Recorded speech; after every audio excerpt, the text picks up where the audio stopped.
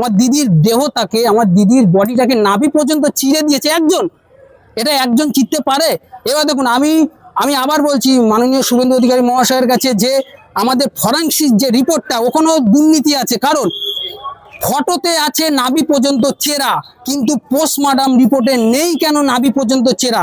এই ব্যাপারটা নিয়ে যদি বসা হয়, যদি আমাদের এই এখন সরকার যদি বসে, তাহলে কেচো থেকে কেউটে বার হয়ে আসবে। সব সিআইডি ডিআইজিরা কত টাকা খেয়ে বা কার নির্দেশে এরকম মানে কেসটাকে সাজিয়েছে, সব বার কাটবে। দিদি আগে একটা রাজ্যের নারী ধর্ষণ ও খুন হয়েছে, সেই দিকে দিদি না দেখে, দিদি দেখেছে আমার আগে পার্টির ছেলে। আর আরজিকর ঘটনাতেও প্রমাণ লোপাট করানো হয়েছে, কামরুল কেসটাও প্রমাণ লোপাট করানো হয়েছে। এইটা লোপাটটা করেছে দিদির নির্দেশে, মুখ্যমন্ত্রী মমতা বন্দ্যোপাধ্যায়ের নির্দেশে প্রমাণ পুরো লোপাট করে দিয়েছে এই রাজ্য সরকারের সিআইডি পুলিশ। আমি মাননীয় শুভেন্দু অধিকারীর কাছে, মুখ্যমন্ত্রীর কাছে করতরে আবেদন করছি যে কামদুনির কেসে যারা যারা তদন্তই ছিল তাদেরকেও যেন সাসপেন্ড করা হয়। কারণ এই হাইকোর্ট জয়মাল্য বাগচির জাজমেন্টে পরিষ্কার বলে দিয়েছে যে সরকারের গাফিলতিতে আমি এই রায় দিচ্ছি। দেখুন, প্রথম আমাদের কেসটা করে সিআইডি, ঠিক আছে? সিআইডি করে, আমরা আগাগোড়াই বলেছিলাম যে আমরা সিআইডি চাই না, আমরা সিবিআই চাই। তখন ক্ষমতায় ছিল একটা নারী, মুখ্যমন্ত্রী মমতা বন্দ্যোপাধ্যায়। ওনাকে মুখ্যমন্ত্রী বলতে আমার বিবেকে বাজছে। জ্যোতি বসু বুদ্ধবাবুকে অপমান করা হবে, উনি মুখ্যমন্ত্রী ছিল না, উনি হচ্ছে মূর্খ।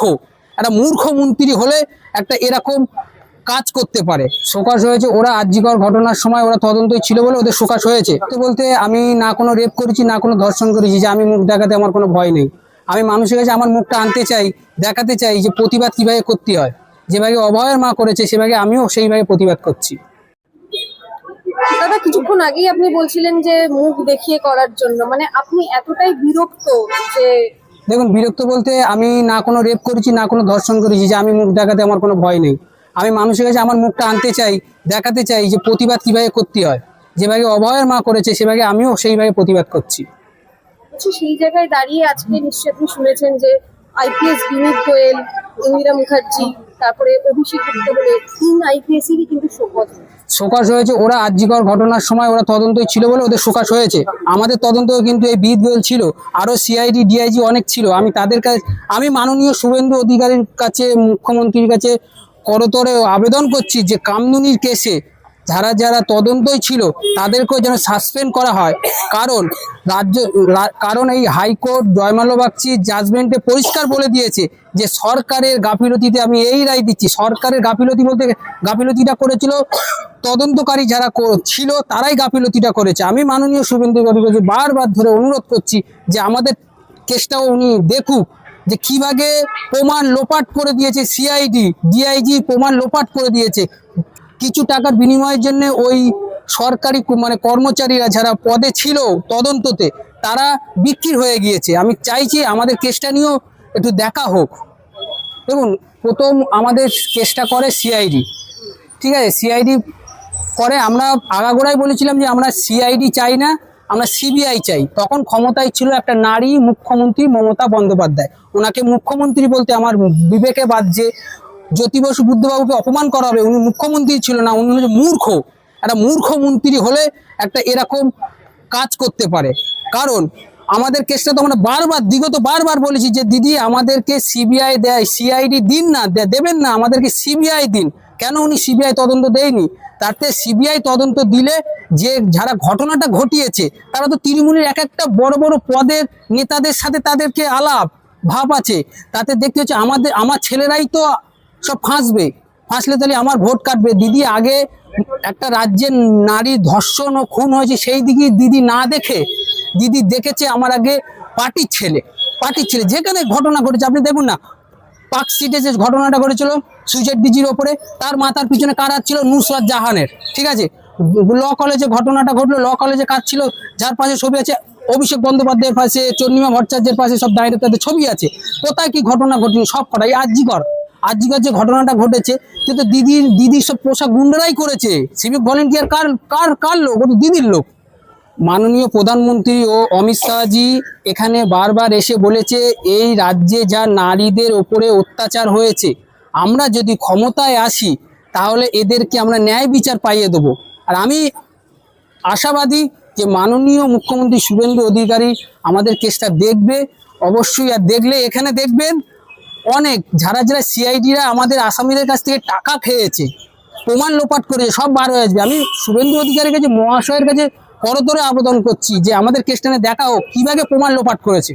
বলছি সেই জায়গায় দাঁড়িয়ে আপনি যে বারংবার বলছেন প্রমাণ লোপাট করা হচ্ছে, আরজিকরের ক্ষেত্রেও তো আমরা দেখেছিলাম প্রমাণ লোপাট। 100 বার আরজিকর ঘটনাতেও প্রমাণ লোপাট করানো হয়েছে, কামরুল কেসটাও প্রমাণ লোপাট করানো হয়েছে।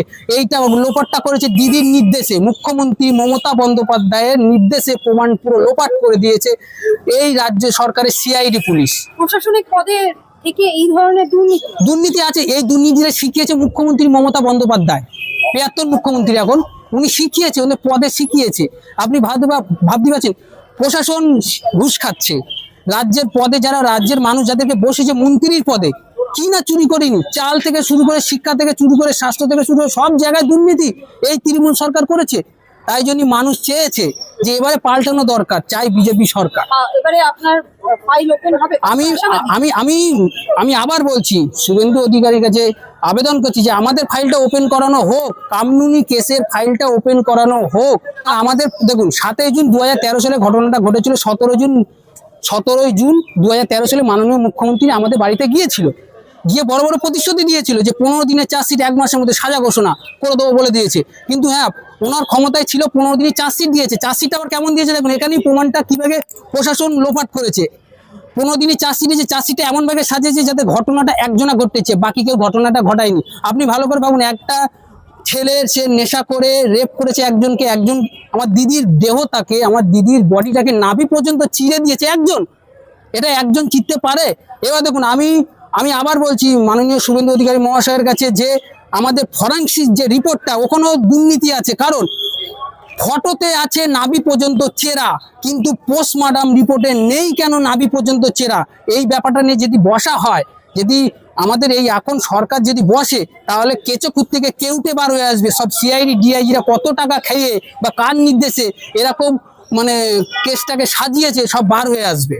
মুখ্যমন্ত্রী স্ক্যানারের সাথে হোয়াটসঅ্যাপের চ্যাট, ডিজিসিপিদের সমস্ত কিছু খতিয়ে দেখছে, আরো বিস্ফোরক জিনিস বার করছে শুভেন্দু অধিকারী। এইটাই তো চায়, এইটাই তো রাজ্যের মানুষ চায় যে বার হয়ে আসুক। ওই জন্যই তো রাজ্যের মানুষ মনে করেছে এবারে এমন একটা সরকার আনবো যে গরিবদের জন্য দেখবে, যে নারী অত্যাচারদের যেভাবে ঘটনাটা ঘটেছে সেই তারা যেন ন্যায় বিচারটা পায় রাজ্যের মানুষ। তাই জন্যই তো এবারে পাল্টেছে। আমি চাই এরকমই থাকুক, এরকম কড়া শাসনে, কড়া শাসন আমরা মুখ্যমন্ত্রীকে চাই, সে হলো শুভেন্দু মহাশয়।